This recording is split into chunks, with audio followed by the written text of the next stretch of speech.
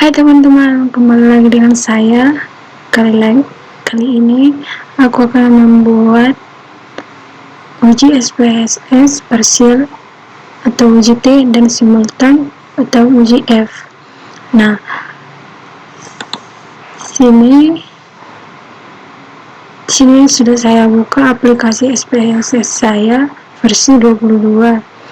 Sini saya akan membuat namanya X1, X2 dan Y. X1 menggunakan label DAR, debit extension dan Y harga saham. Setelah selesai saya buat labelnya, kita ke data view. Nah, di sini kan udah ada namanya X1, X2 dan Y. Terus kita ngambil data yang udah aku olah di Excel. Nah, ini.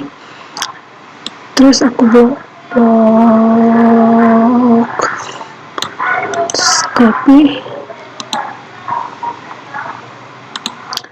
Nah, di sini aku pastikan.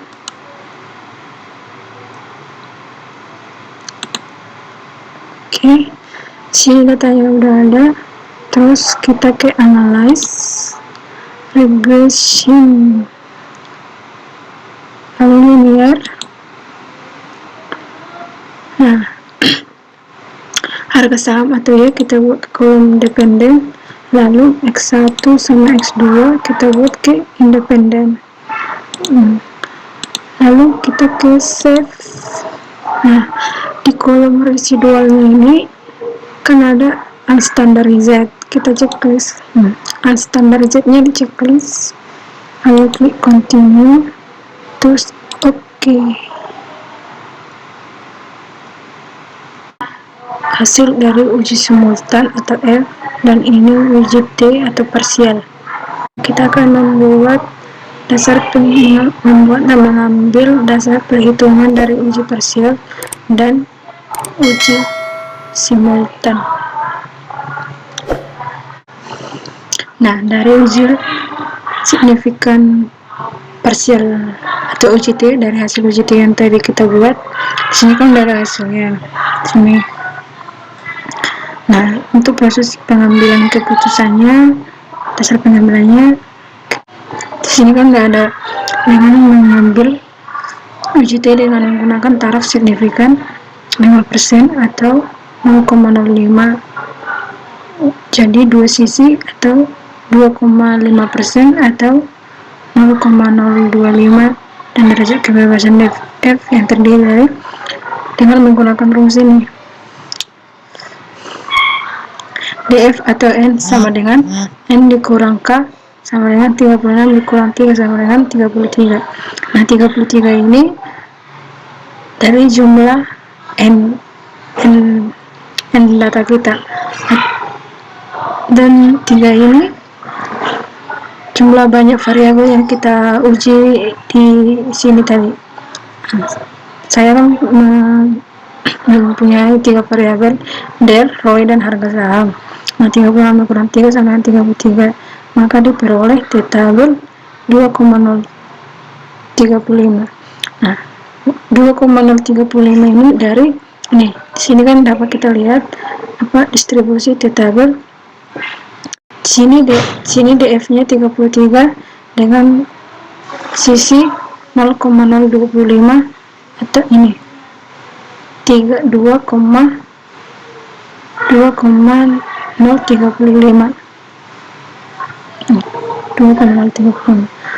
Jadi dari data tersebut, hal ini menunjukkan bahwa T itu lebih besar dari T tabel, yaitu 2,717 lebih besar dari 2,35, dengan tingkat signifikannya 0,610 lebih kecil dari 0,05, maka H1 diterima. Dengan demikian, hal ini menyatakan bahwa DER berpengaruh secara signifikan terhadap harga saham. Lalu di sini juga sama dengan ini, ROE dengan variabel ROE terhadap harga saham, bahwa dari data di atas tadi menunjukkan dihitung lebih besar juga dari T tabel, atau 4,103 lebih besar dari 2,035 dengan tingkat signifikan 0,000 lebih kecil dari 0,05, maka H2 diterima. Dengan demikian, hal ini menyatakan bahwa ROE berpengaruh secara signifikan terhadap harga saham. Nah, lalu selanjutnya di sini uji simultan atau uji F. Uji F simultan dicari dengan rumus DF atau N1 sama dengan K dikurang 1, DF atau N2 sama dengan N dikurang K. Nah, DF-nya atau N1-nya sama dengan 3 dikurang 1. K-nya ini variabel, terus satunya ini Y atau Y, variabel Y. Satu ini kan variabel Y ku kan ada 1, jadi variabel keseluruhannya ada 3, terus variabel Y-nya ada 1, jadi 3 dikurang 1 sama dengan 2.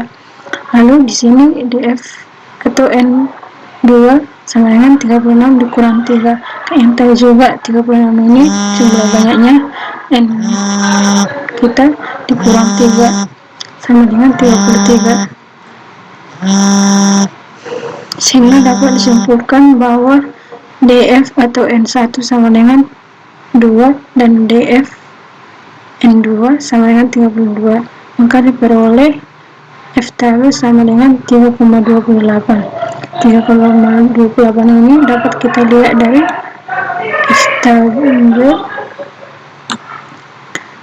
F tabel. Nah, di sini kan yang satunya kan 2, sini yang satunya 2, lalu N2-nya 33, jadi N2-nya ini kita lihat dari sampai ke bawah, N1-nya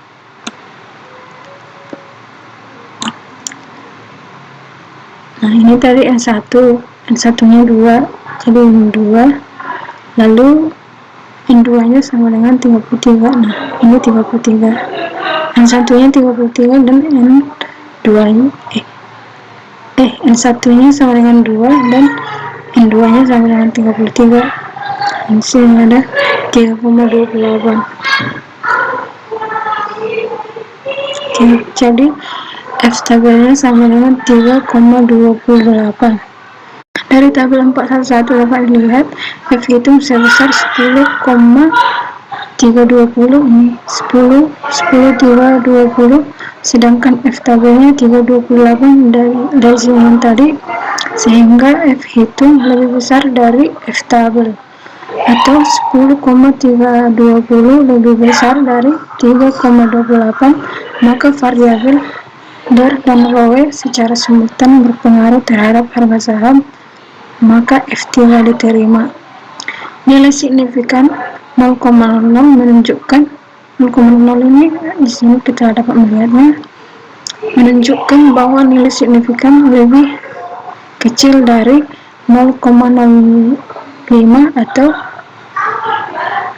maka variabel DER dan ROE berpengaruh secara simultan dan signifikan terhadap harga saham. Oke, sekian dasar pengambilan keputusan uji parsial dan uji simultan. Sudah yang bisa dapat saya jelaskan untuk saat ini. Terima kasih telah mengikuti saya dan mohon bantuannya agar dapat mendukung channel saya ini dengan cara subscribe dan like ya teman-teman, agar saya lebih semangat lagi untuk melakukan tutorial dalam penggunaan SPSS. Terima kasih. Thanks for watching.